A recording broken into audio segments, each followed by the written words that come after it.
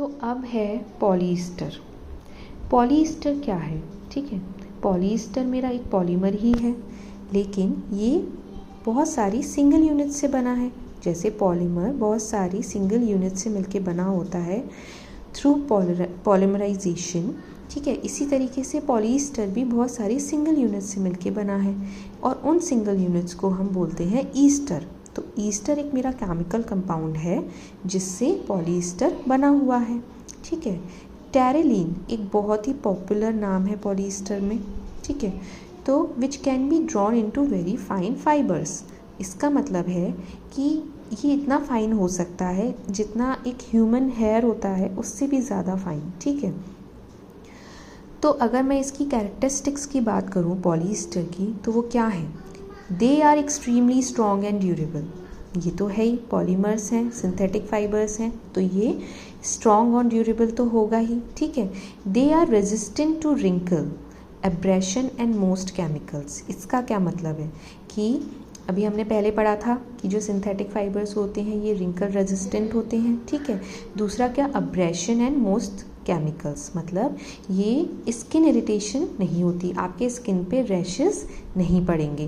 तो ये जो पॉलीस्टर्स होते हैं ये एक तरीके से रेजिस्टेंट होते हैं रिंकल, केमिकल्स और अब्रेशन की। ठीक है, अब है next, they are hydrophobic in nature. Hydrophobic का क्या मतलब है?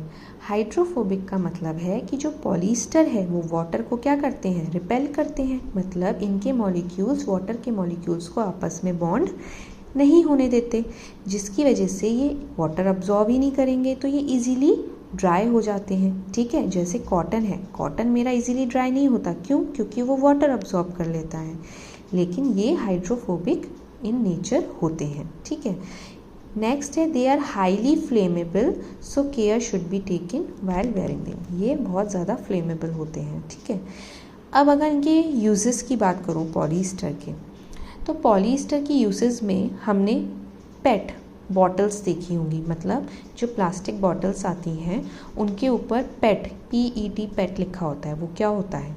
तो पॉली पेट का फुल फॉर्म है पॉलीएथिलीन टेरेप्थाइलेट।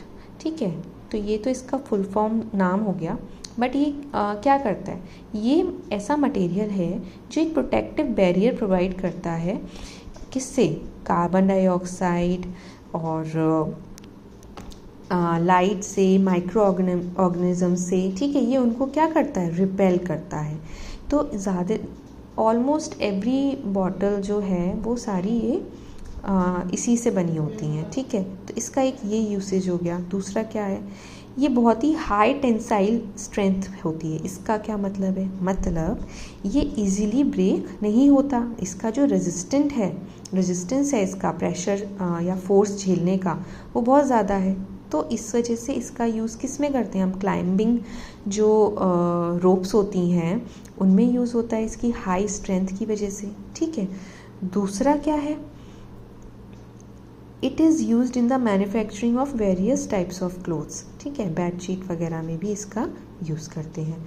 तो ये मेरा हो गया पॉलीस्टर।